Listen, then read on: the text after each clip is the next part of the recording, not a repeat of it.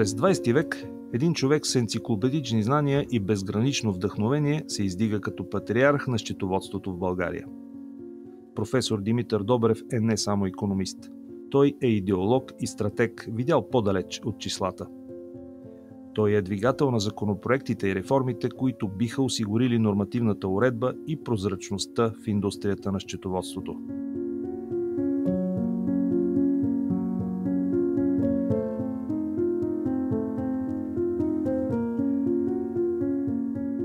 В този период все още, когато счетоводството още от неговата поява на дълното счетоводство от времето, великото време на Ренесанса и през просвещението, до 20 век се смята като изкуство за водене на търговски книги, т.е. един занаят, един съвършен занаят. Професор казва, вижте, счетоводството не е само една съвършенна техника. Тя е собствено обособена научна дейност и ние трябва да развием своята счетоводна идеология. Независимия финансов контрол, т.е. професията на експерт-счетоводителите, на неплатените счетоводители, се появява именно като външна гаранция и контрол върху управлението на фирмите, за да бъде гарантиран интересът на собствениците. Така се появява професията на експерт-счетоводителите в световен план. Как се случва това в България? Тук имаме големия шанс на личността, която е инициаторът за появата на професията, и това е личността на професор Димитър Добрев. Това, което прави професор Добрев икона в нашата счетоводна и аудиторска практика, е факта, че той има не само високи теоретични познания, но е доказан практик. Идвайки от Германия, познавайки много добре това нормално естествено развитие на нещата, той е човекът, който разбира и осъзнава и настоява тази професия да я има като гаранция за развитие на българското стопанство в междувоенния период. Не само като създател на Института на заклетите експерт-счетоводители, но и като човек, който е ръководил търговски банки, който е бил безспорен авторитет в областта на финансите и счетоводството в България за един дълъг период от време. Той е роден в Котел в края на 19 век, в едно селище, чието стопански, пък и културен разцвет е именно през 19 век. В този смисъл професор Добрев е един типичен представител на Котел и на котленци. Неговата родна къща е в непосредствена близост до Галатанското училище, в което той със сигурност учи.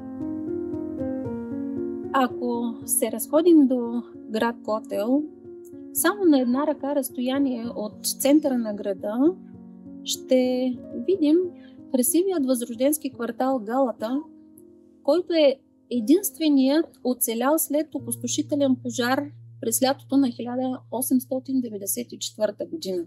Малкият Димитър е бил едва 6 годишен и със сигурност той добре помни какво се случва тогава. Голямата част от града изгаря. Но това не попречва на будните котленци да поддържат своето училище. Град Котел през възрожденския период наброява около 5000 души и в града всъщност има 5 училища, и то 5 различни училища. Говорим за килийно училище, говорим за елиногръцко училище, говорим също така за девическо училище. След това той продължава своето образование в Свищовската търговска гимназия, всъщност доста далеч изпратен от своето семейство, но именно с цел да постигне добро образование. И тук трябва да кажем, че Свищовската търговска гимназия, която е първата търговска гимназия, създадена в България след освобождението, това се случва още през 1884 година, е един от водещите стопанско-просветни центрове в България. Така че той там успява да надгради, вече да навлезе в сферата на стопанските науки, завършва там своето образование с зрелостен изпит през 1907 година. Очевидно обаче амбициите на неговия баща не спират до тук и той го изпраща да учи висше икономическо образование, стопанско образование в Германия. Димитър постъпва във Висшето търговско училище в Лайпциг. в периода 1907-1911 година, завършва го, а Висшето търговско училище в Лайпциг пък е водещо в тази сфера висше училище в Германия и в Европа, бих казал. Веднага след като завършва това училище, той разработва и защитава докторат по стопански науки, което се случва през март 1911 година. Тоест, виждаме, че за един много кратък период, в едни нелеки условия, особено за България, на прага между 19 и 20 столетие, младият Димитър Добрев, пак казвам, изцяло подкрепен от своето семейство, от своя баща главно, успява да получи едно много добро образование и в началото на второто десетилетие той се завръща в България като носител на докторска титла по стопански науки, един от малкото по това време, които притежават такава висока научна степен.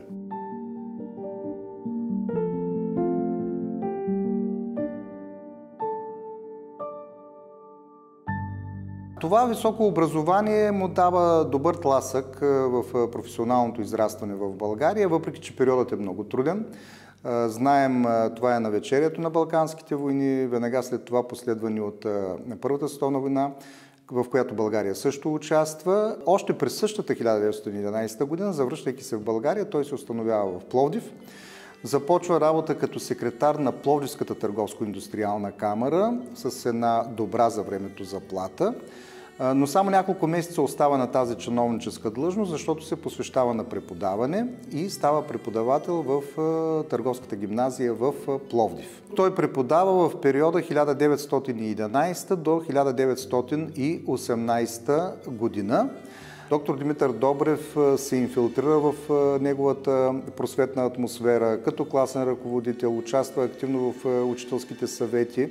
Като човек, който не е имал военна подготовка, но пък е владеел езици, той не заминава, не е изпратен на фронта, не е рекрутиран в армията, но затова пък активно участва в работата на училището, казахме, и в други обществени дейности в Пловдив. След този начален период, когато той фактически публикува и първия си учебник на икономическа тематика, който се използва в преподаването. За кратко той се посвещава на чиновническа дейност, бил е секретар в Българската земеделска кооперативна банка 1918-19 година, след това е администратор в същата тази банка. Но очевидно преподаването е било дейността, която го е така завладяла и която е била негов приоритет, тъй като той всъщност сключва и граждански брак, но се премества в София, където работи като преподавател отново в Търговско училище, в Търговската гимназия в София до 1925 година.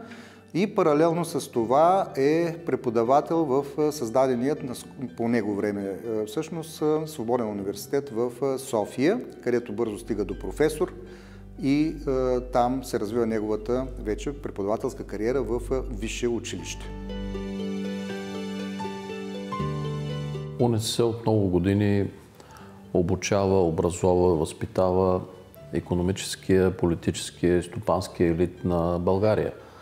В началото, когато е създадена 1920 година, след Първата световна война, след Ньойския договор, икономическите кризи, жертвите от войната, университетът е дал една глътка надежда на всички тия хора, които са искали да продължи образованието в България. Без съмнение, голяма негова заслуга е инициираният от него и създаденият до голяма степен от него Институт на заклетите експерт-счетоводители, т.е. началото на независимия финансов контрол в България. Институт на заклетите експерт-счетоводители е един от първите не само на Балканите, но в Европа.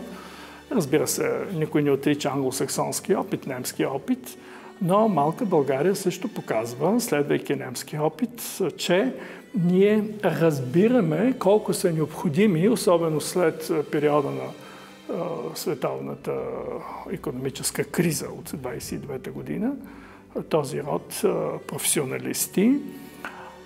Ползвайки немския модел, ние ги наричаме заклети, което значи, че те полагат клетва, което е от особено значение за една професия, в която обществото трябва да има доверие. Надежда отговорност, прецизност и доверие. Това са ценностите, които дефинират професионалистите, които вярват в силата на числата и важността на икономическата прозрачност. Заклевам се в името на Всемогъщия Бог честно и добросъвестно да изпълнявам задълженията, които поемам като експерт-счетоводител, да постъпвам всякога честно и добросъвестно при изпълняване на работата, която би ми била възложена в качеството на експерт-счетоводител, като при извършването полагам грижите на добър домакин, основавайки се на своите познания и разбирания по съвест, безпристрастно да давам отговори на въпросите, които биха ми били поставени за разрешаване, да пазя тайна по онези обстоятелства и факти, които биха ми станали известни при изпълняване на обязаностите си като експерт-счетоводител, като зная, че за всичко горе изложено ще отговарям пред Бога и закона. Заклевам се.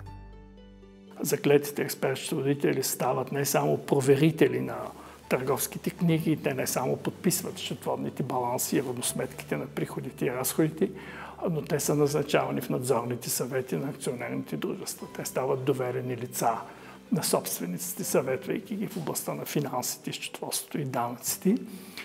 И това е венеца на неговата дейност по отношение на организационна, не само чисто теоретическа, не само преподавателска, но и организационна.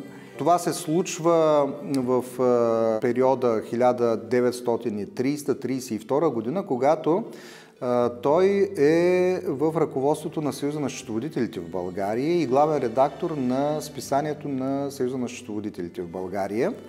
Без съмнение така в близки отношения с министъра на финансите Владимир Молов и всъщност голяма е неговата заслуга за инициирането на закона, по силата на който се създава Института на заклетите експерт-счетоводители, един закон, който е обнародван на 17 април 1931 година. Така че аз бих поставил на първо място неговите големи заслуги за появата и налагането на независимия финансов контрол в българските условия в междувоенният период.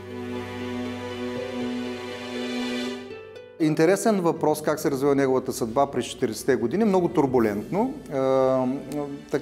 Той от 1940 година тъй като е закрит Свободния университет, естествен наследник и приемник на Свободния университет в София е Държавното висше училище по финансови и административни науки. И той става всъщност негов пръв директор, или така, ако трябва да използваме съвременните понятия, ректор. Но така се е титулувал директор и той е негов директор през почти целия период на съществуването на това висше училище в София. Професор Димитър Добрев става директор на Държавното висше училище в началото на Втората световна война през 1940 година. С всичките ограничения, които носи войната, Държавното висше училище увеличава броя на студентите си. В условията на Втората световна война започва изграждането на нова сграда на Държавното висше училище за финансови и административни науки, тази на улица Стефан Караджа. При това тази сграда е изграждана със собствени средства от страна на училището, без конкретни държавни субсидии.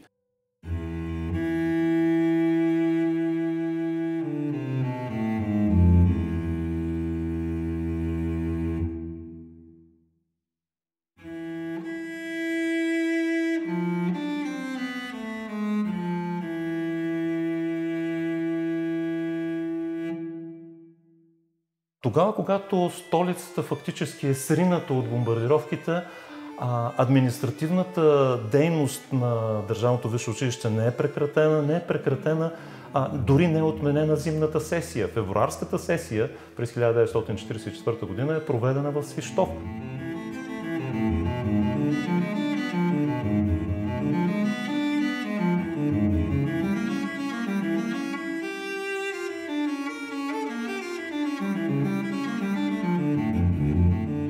Неговата отдалеченост от политиката, неговата посветеност на науката и висшето образование наистина позволяват институцията, която ръководи, да се окаже изключително трайна, устойчива, с много сериозен принос въобще в развитието на българската икономика и на българската икономическа наука в частност. Дори до последните си години, преди да се пенсионира през 1959 година, той дава идеята за създаване на един от факултетите в тогавашния Висш икономически институт. Става дума за Общо-икономическия факултет, който и до ден днешен носи името, така както е предложено от професор Добрев. Професор Добрев преминава през такава трансформация, която не може да си представим. 40-та година университетът е удържавен, след това идва 9 септември, след това идва сливането с Софийския университет, след това идва обособяването вече на Висшия икономически институт Карл Маркс. Всички тези трансформации са извършени при него и то успешно, както виждаме. За нашия дядо животът след 9 септември 1944 година не е бил от най-приятните и се променя коренно. От тогава започва процес на постепенното му отстраняване от всички административни постове, които е заемал, продължаващ до 1948 година. През тези 3 години, в резултат на пренареждането на картите от новата власт, той е заемал различни позиции, между които и първи декан на факултета по стопански и социални науки на Софийския университет, която е и последната заемана от него административна длъжност. Той продължава да чете лекции пред пълни и все по-големи аудитории, но постепенно започват да се отнасят към него като към бивш буржуазен учен, който не е на тип с методите на прогресивната съветска школа. За съжаление, България, както и останалите страни от така наречения бивш източен блок, трябваше да скъсат с тази теория, която се създаде с това законодателство, поради обстоятелството, че бяха наложени социалистически производствени отношения. Те не допускаха счетоводството да бъде третирано по този начин законодателно. Периода на 60-те, 70-те, 80-те години така наречените буржуазни автори тогава по счетоводство, не само по счетоводство, така бяха заключвани в библиотеките, нямаше лесен достъп до тях и някакси неговото творчество беше позабравено. Той продължава да бъде все така напълно отдаден на своята наука и работил ден и нощ, напълно фокусиран в работата си на своето бюро в апартамента на улица Стефан Караджа. Посещавали са го от време на време колеги от института, намиращ се срещу прозорците на професора на улица Раковска. След тези посещения и разговори нашия дядо е бил дълбоко разстроен и огорчен. Глобен, замислен и все по-затварящ се в себе си. Ето такъв остава спомените на внуците си от този период професор Димитър Добрев. Обичал е класическа музика, най-вече Йоханес Брамс и от време на време е посещавал концерти в близката зала в България. Семейството на професора е било дълбоко свързано с музиката. Съпругата му е пела и имала чудесен глас, който пък е завещавал на дъщеря си Таня, дългогодишна солистка на хоровата капела Светослав Обретенов. Синът Добри е свирил добре на пиано.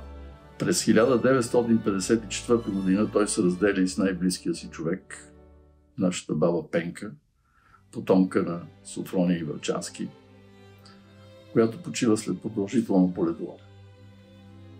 Тук е мястото да се прибавят и семейни проблеми на неговите деца, за да стане картината пълна на сложната и трудна ситуация, в която се е намирал големия български учен. Имала, разбира се, и радостни моменти в живота си. Неговите внучки, Вася и Снежа, които за известно време са живяли заедно с него, сестрите му Славка и Ганка, живеещи в провинцията и посещавали го често, неговите деца Таня и Добри, които винаги са намирали време, въпреки заедостта си, да бъдат близо до обичния от тях баща.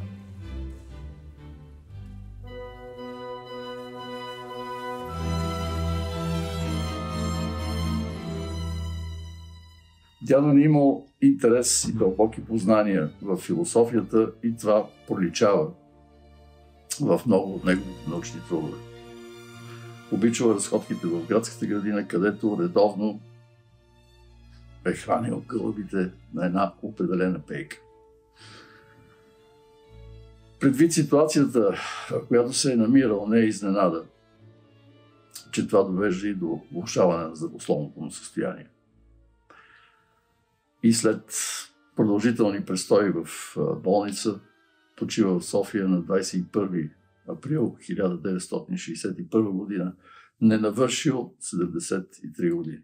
Мисля, че най-типичната черта в характера на нашия дядо е била пълната липса на самоизтъкване. А една негова мисъл, предадена от баща ми Добри, гласи: няма значение каква професия упражнява човек, важното е да се стреми да бъде най-добър в нея.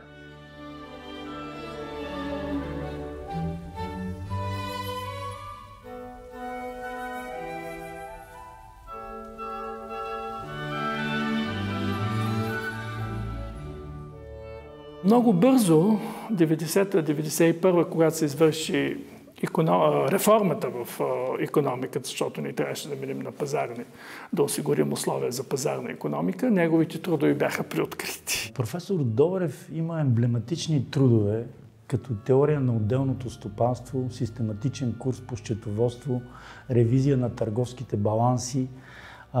Писал е в областта на теорията на кооперативното движение в България. Реално редица наши учени в областта на счетоводството споделят мнението, че преди него се е говорило само за счетоводен метод, а реално с неговите трудове счетоводството е възприето като наука. И той фактически е поставил основите на счетоводната отчетност като наука в България. Наследството му е огромно, тъй като той е създал българската доктрина за същността на балансоведението, създал е първите модели за калкулиране на себестойност, изследвал е динамиката на разходите, анализите му се простират и по отношение на съотношението приходи и разходи, структура на капитала като собствен и привлечен, обращаемост на капитала, рентабилност на капитала. Тоест, във всички аспекти на това, което днес счетоводството допринася за доброто корпоративно управление от гледна точка на правилно счетоводно отчитане и анализ на резултатите от дейността, той е поставил основите. Важността на този филм е в необходимостта от това историята на една професия да бъде запазена и да бъде популяризирана. Ние частично успяхме да възстановим историята, по-скоро не частично, а изцяло, от гледна точка на факта, че издадохме книга за двамата първи председатели на Института на заклетите експерт-счетоводители. 1992 година беше преиздадено фототипно издание на един от неговите най-известни учебници. Между това е изключително плодовит автор. Започнаха да се интересуват по-младите ми колеги от неговото творчество и, както виждате, в крайна сметка се стигна и до написването на тази книга, до създаването на този филм, до този интерес, който има и който заслужава да има към този човек. Ние искаме тази история да бъде достъпна за по-голяма част от обществото, а такива личности, като професор Добрев, които тогава техните бащи са ги пращали в Европа да завършат, да получат високо европейско образование, но и да се върнат и да дадат своя принос за развитието на България. Това е било масовия пример в тези периоди на след освобожденска България и той е един от хората, които с брилянтно образование в Германия, но не е останал там, а се е върнал и дал своя огромен дан както за развитието на счетоводството като теория и практика, така и за развитието на независимия финансов одит като теория и практика. Независим финансов одит съществува в България от близо един век. Неговото официално обявяване е публикувано в Държавен вестник брой 11 от 17 април 1931 година. Именно заради това е избрана тази дата за професионалния празник на Института на дипломираните експерт-счетоводители. 17 април. Не случайно за професор Димитър Добрев ние винаги говорим като за патриарх на българската счетоводна мисъл. Дълбочината на неговите теоретични и практически знания е така неизмерима, че е много точно характеризирана от доктор Антон Свраков като смесица от романтизъм и философия.